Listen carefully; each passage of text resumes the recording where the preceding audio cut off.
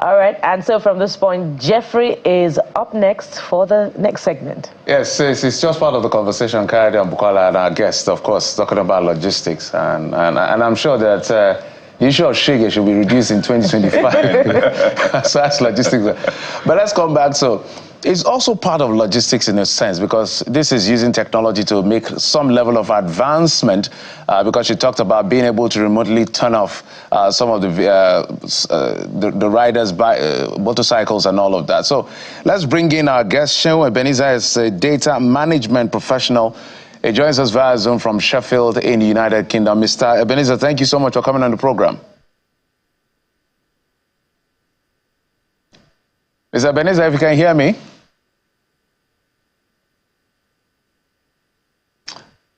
Okay, we're trying to see whether we can connect with Mr. Ebenezer. So basically, this conversation is about the future of data. A lot is going on in the world of data. As a matter of fact, it's a two-pronged approach in Nigeria. The government is trying to say that they want to make as much, call it some level of penetration as far as technology is concerned, because it borders on a couple of things: communication, it borders on the economy, that's businesses, it borders on even national security. And there's several other factors. I can even add political stability when you talk about IREV and all of that for election management. So there are layers to the future of data. We also have the issues around multiplicity of all kinds of EIDs. You're talking about not IEDs, EIDs.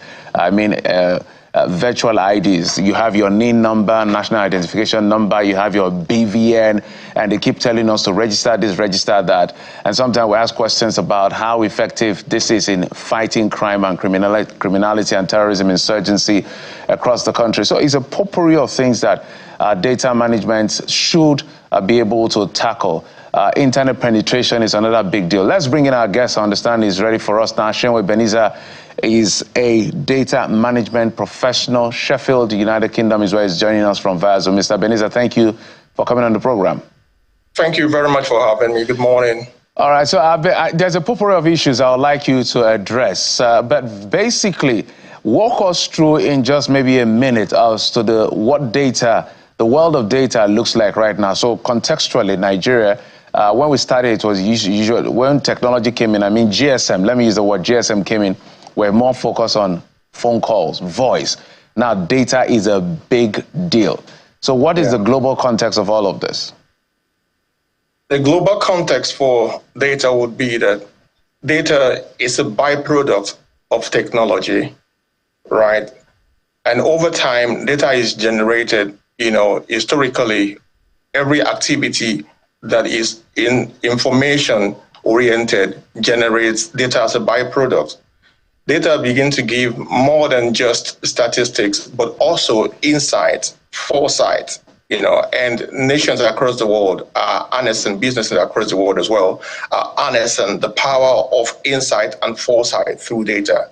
That is driving innovation, and that is driving technology. And that will continue to be the trend for eternity, I suppose. Because more information brings more ability to do more, to produce more, to be more efficient, to have more less cost, because now you understand where most of your bills are coming from. You are innovative of how to reduce those bills. You are innovative of how to improve your operations, maximize profit, and play out the global market, I suppose. So data is here to stay. Absolutely, data is here to stay, but there are concerns to this advancement, Mr. Ebenezer, which I want you to address as serious as possible, because there's a report we got that the world of internet fraud or wired fraud should be about in trillions of dollars. I mean, constituting a significant part of the world's GDP. That's how scary it is. So when people put out their cards now, they are concerned. National economy is on. So talk to us about data security, because people are quite skeptical putting out their information out there because they don't want to be hacked and get access to the little money they have. Yeah. I think data security, from my experience and my profession as well, is a two-edged sword, if I put it that way. There is a part for the government to play in security. And last year I was speaking at Nigeria in Nigeria, rather, or on data protection, implementing the NDPR regulation. And so data protection or data security is a governmental response to the people, is a need. Another side to it would be an organization, and the other side to it would be individuals. Everyone has a role to play in data protection or data security. The way people release their password, the way people use their own personal devices would show if they are prone to security, mishaps or not. The way government structures infrastructure around data and internet and all this infrastructure will determine how ready they are to mitigate this risk. They are here to stay. Some people use the way some people would drive a car very well and they'll drive right on the road. Some people will drive the same car and will cause trouble for people. So everyone has the right, to safety on the internet. Government should provide those infrastructure that help to mitigate that. Internet providers, ISPs, and all of them should provide security measures from their end to mitigate, people who are trying to penetrate their system illegitimately.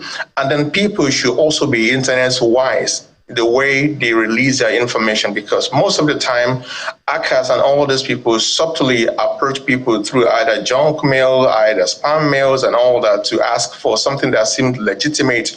But at the back of those intentions is to steal their data, have access to their information or to their devices, and then do them harm.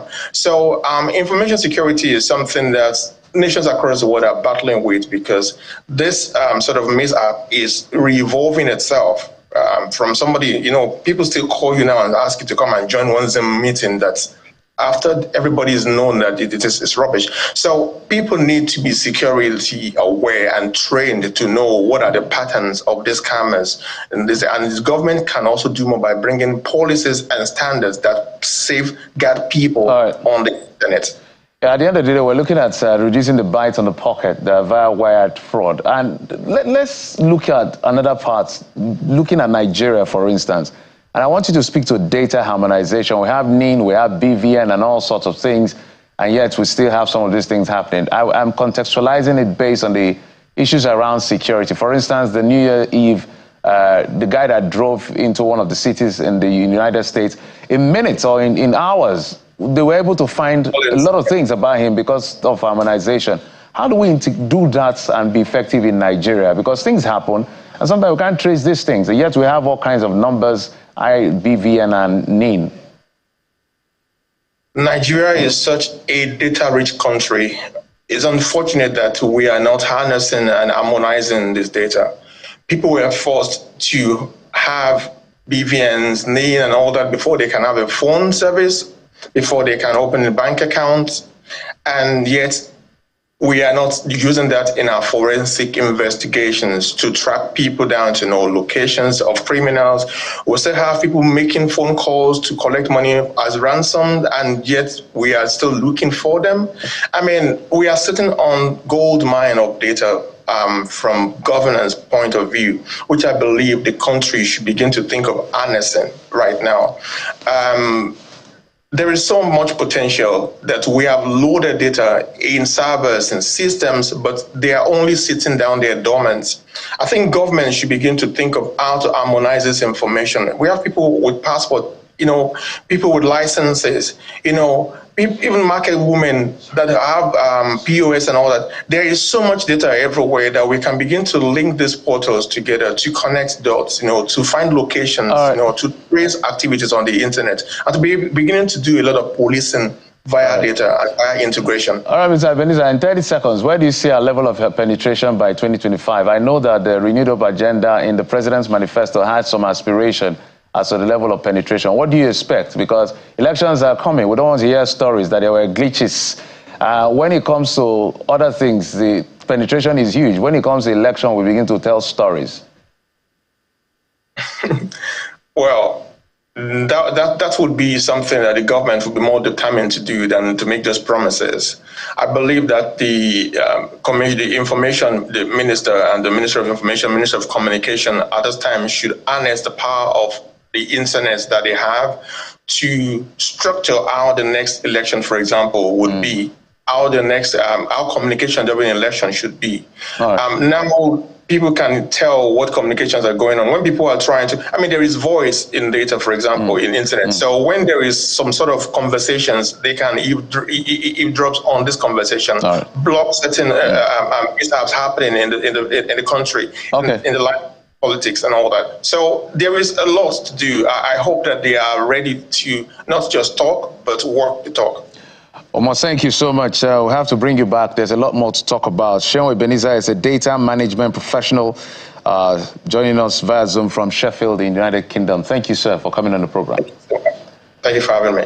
All right, so, hey, Kayode, you can hear there's a lot. I talked about the election. All of a sudden, polling units, polling booths are found everywhere during election, but data penetration is always an issue. So we don't want to hear excuses. At all. I mean, we don't have room for excuses at all.